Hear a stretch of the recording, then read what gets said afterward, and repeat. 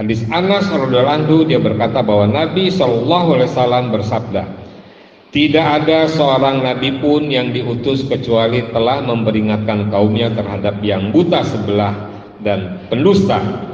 Ketahuilah bahwa Dajjal itu buta sebelah, sedangkan Rabb kalian tidak buta sebelah. Sesungguhnya di antara kedua mata ada tertulis kafir. Bismillahirrahmanirrahim. Hadirin, kita lanjutkan pembacaan terjemahan Sahih Bukhari Muslim Lu'lu' wal Marjan jilid 3, Kitab Kiamat, Fitnah dan Tanda-tanda Kiamat, di bab perihal Ibnu Sayyad. Hadis 1852. Bismillahirrahmanirrahim. Hadis Ibnu Umar radhiyallahu anhu, dia berkata bahwa Rasulullah SAW dan Ubay bin Ka'ab datang menuju pepohonan kurma yang di sana ada Ibnu Sayyad. Kemudian ketika Rasulullah SAW masuk, beliau berusaha bersembunyi di antara pohon-pohon kurma untuk mendengarkan apa yang dikatakan Ibnu Sayyad sebelum dia melihat beliau. Ketika itu Ibnu Sayyad berbaring di atas tempat tidurnya sambil mengeluarkan suara samar-samar yang tidak bisa dipahami. Tiba-tiba Ibnu Sayyad melihat Nabi SAW sedang bersembunyi di sela-sela pohon, maka dia segera memberitahu Ibnu Sayyad. Saya ulangi, tiba-tiba ibu Ibnu Sayyad melihat Nabi SAW sedang bersembunyi di sela-sela pohon, maka dia segera memberitahu Ibnu Sayyad, wahai Sar, maka bangunlah Ibnu Sayyad. Rasulullah SAW bersabda, andaikan ibunya membiarkannya, tentu akan jelas Ibnu Sayyad adalah Dajjal atau bukan. Hadis riwayat Bukhari 56, Kitabul Jihad Wasair 178, bab bagaimana mengajarkan Islam kepada anak kecil. Ya, dalam kisah ini, dalam hadis ini, Ibnu Sayyad itu kira-kira ya, masih remaja lah, masih kecil. Dan dia itu kalau menurut orang-orang sekarang, orang-orang yang apa namanya itu ya, seperti orang-orang yang punya apa namanya kemampuan yang zaman sekarang itu saya lupa namanya, kira-kira seperti itu. Dan waktu itu anak ini mengaku sebagai nabi, sehingga Nabi ingin tahu sebenarnya apakah dia Dajjal atau bukan. Seperti itu diintip bersama Ubay bin Ka'ab, dan pada kenyataannya dia adalah orang suka ngelantur seperti begitu. Hadis 1853. Hadis Ibnu Umar radhiyallahu anhu, dia berkata bahwa Nabi SAW berdiri di hadapan manusia lalu memuji Allah Subhanahu wa taala sebagaimana lazimnya. Kemudian beliau menyebut masalah Dajjal dan bersabda, sungguh aku mengingatkan kalian tentangnya, dan tidak ada seorang nabi pun kecuali telah mengingatkan kaumnya tentang Dajjal itu. Sungguh Nabi Nuh alaihissalam telah mengingatkan kaumnya, akan tetapi aku katakan kepada kalian tentangnya, dan para nabi sebelumku belum pernah mengatakannya, yaitu bahwa Dajjal itu buta sebelah kanannya, yaitu bahwa Dajjal itu buta sebelah matanya, dan sesungguhnya Allah Subhanahu wa taala tidaklah buta sebelah. Dajjal ini satu apa namanya ya, antikris. Kalau orang-orang Kristen bilang Dajjal itu mesiahnya orang Yahudi, yang kalau menurut Islam adalah orang yang mengaku Tuhan dan buta mata sebelahnya. Ini sebuah perumpamaan. Sedangkan Abu Sayyad tadi di zaman Nabi sudah ada, dia adalah anak yang apa namanya indigo kalau sekarang, yang banyak ngoceh-ngoceh seperti itu. Hadis riwayat Bukhari 56, Kitabul Jihad Wasair 178, bab bagaimana mengajarkan Islam kepada anak kecil.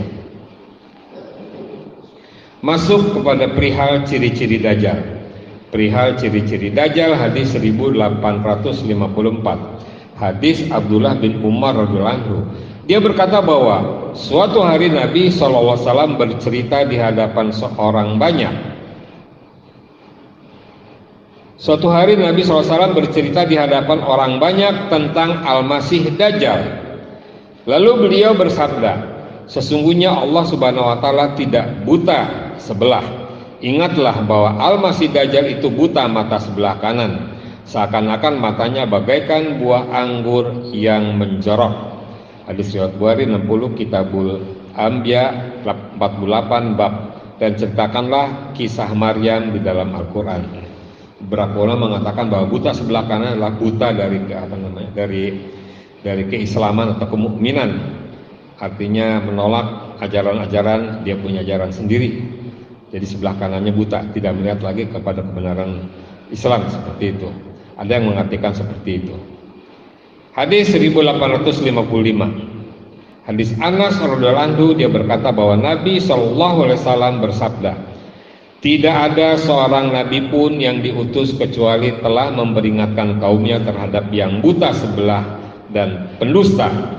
Ketahuilah bahwa Dajjal itu buta sebelah, sedangkan Rabb kalian tidak buta sebelah. Sesungguhnya di antara kedua mata ada tertulis kafir. Hadis riwayat Bukhari 92 Kitabul Fitan 26 bab perihal Dajjal. Ya. Jadi dari agama Samawi sudah para nabinya diwahyukan tentang Dajjal ini semenjak di Taurat yang sekarang ditunggu-tunggu, yang katanya istananya ada di bawah, akan turun di bawah Masjidil Aqsa, atau Mesiah, Dajjal Mesiah, kalau di sini Al-Masih Dajjal menurut Yahudi, sedangkan menurut Nasrani itu Antikristus, seperti itu, Antikristus. Hadis riwayat Bukhari 92 Kitabul Fitan 26 bab perihal Dajjal. Lanjut hadis 1856. Hadis Huzaifah radhiyallahu anhu bahwa Uqbah bin Amru bertanya kepada Huzaifah, tidakkah kamu bersedia untuk menceritakan apa yang kamu dengar dari Rasulullah SAW? Huzaifah menjawab, sungguh aku telah mendengar Rasulullah SAW bersabda, Dajjal keluar dengan membawa air dan api. Adapun yang dilihat manusia sebagai api sebenarnya adalah air yang dingin, sedangkan yang dilihat manusia sebagai air sesungguhnya itu adalah api yang membakar. Maka orang di antara kalian yang berjumpa dengannya hendaklah mengambil yang di tangannya yang tampak seperti api, sebab sebenarnya itu adalah air yang segar dan dingin. Hadis riwayat Bukhari 60 Kitabul Anbiya 50 bab tentang Bani Israel. Ya, dikisahkan bahwa Dajjal ini membawa hal-hal yang berbeda dengan apa yang dilihat. Yang Ainul Yakin menjadi dusta, seperti itu. Yang dibawa adalah api, sebenarnya adalah air. Yang dibawa air adalah api. Menurut hadis ini seperti itu. Lanjut hadis 1857. Hadis Abu Hurairah radhiyallahu anhu, dia berkata bahwa Rasulullah SAW bersabda, maukah kalian aku ceritakan tentang Ad-Dajjal yang belum pernah diceritakan oleh seorang nabi pun kepada kaumnya? Sungguh dia itu buta sebelah matanya, dan dia akan datang membawa sesuatu yang menyerupai surga dan neraka. Adapun yang dikatakannya sebagai surga, maka itu adalah neraka. Lalu aku memperingatkan kalian sebagaimana Nabi Nuh alaihissalam telah memperingatkan kepada kaumnya. Hadis riwayat Bukhari 60 Kitabul Anbiya 3 bab firman Allah Subhanahu wa taala, dan sungguh kami telah mengutus Nuh kepada kaumnya. Bab sifat Dajjal dan haramnya baginya masuk Madinah. Sifat Dajjal dan haram baginya masuk Madinah. Hadis 1858. Hadis riwayat pagi hari ini. Hadis Abu Sa'id Al-Khudri radhiyallahu anhu.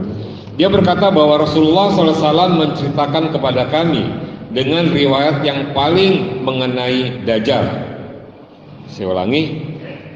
Rasulullah SAW menceritakan kepada kami tentang riwayat yang panjang mengenai Dajjal. Di antara yang beliau ceritakan tentangnya adalah Dajjal akan datang dan haram baginya memasuki Madinah sehingga dia berada di luar kota di dataran luas. Lalu ada seorang laki-laki yang menyerupai manusia terbaik. Lalu dia berkata, aku bersaksi bahwa kamu adalah Dajjal yang telah diceritakan oleh Rasulullah SAW. Dajjal berkata, bagaimana sikap kalian jika aku membunuh orang ini kemudian aku menghidupkannya kembali? apakah kalian masih meragukan kemampuanku? Mereka menjawab, tidak. Lalu Dajjal membunuh laki-laki terbaik itu, kemudian menghidupkannya kembali. Ketika Dajjal menghidupkannya kembali, laki-laki itu berkata, demi Allah, hari ini aku tidak akan lebih waspada kecuali terhadap diriku sendiri. Lalu Dajjal berkata, aku akan membunuhnya lagi. Namun Dajjal tidak sanggup untuk membunuhnya lagi. Hadis riwayat Bukhari 29, Kitabul Fadailil Madinah 9, bab Dajjal tidak akan masuk ke Madinah. Ya. Itulah dia, mudah-mudahan dapat kita pahami dengan benar tentang Dajjal ini yang akan timbul di akhir zaman, dan mudah-mudahan kita dapat menghindarinya dari dia. Yang bisa membunuhnya adalah Isa alaihissalam, itu yang diriwayatkan oleh hadis-hadis sebelumnya. Demikian hadirin, mudah-mudahan kita pahami dengan benar. Insya Allah kita dapat lakukan surat-surat dengan mudah, dan insya Allah pula kita dapatkan syafaat dari beliau kelak. Subhanakallahumma rabbana wa bihamdika asyhadu an la ilaha illa anta astaghfiruka wa atubu ilaik. Assalamualaikum warahmatullahi wabarakatuh.